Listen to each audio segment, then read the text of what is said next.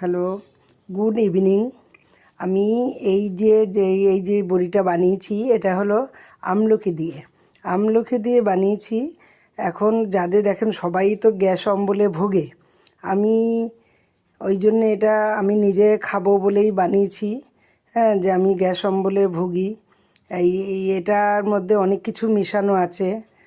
তোমার এতে বেশিরভাগ করে গোলমরিচ আছে, আদা আছে, তারপরে তোমার ওই সব রকম মশলা আছে দিয়ে এই আমলকিটা বড়ি বানিয়েছি।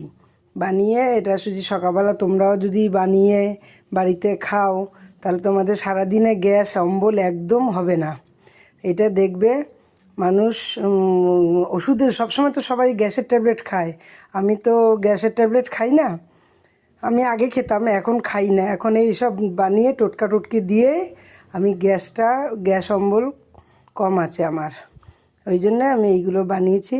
তোমরা যদি বানাতে চাও তোমরা বানাও বাড়িতে, আমি বলে দেবো। ঠিক আছে বন্ধুরা?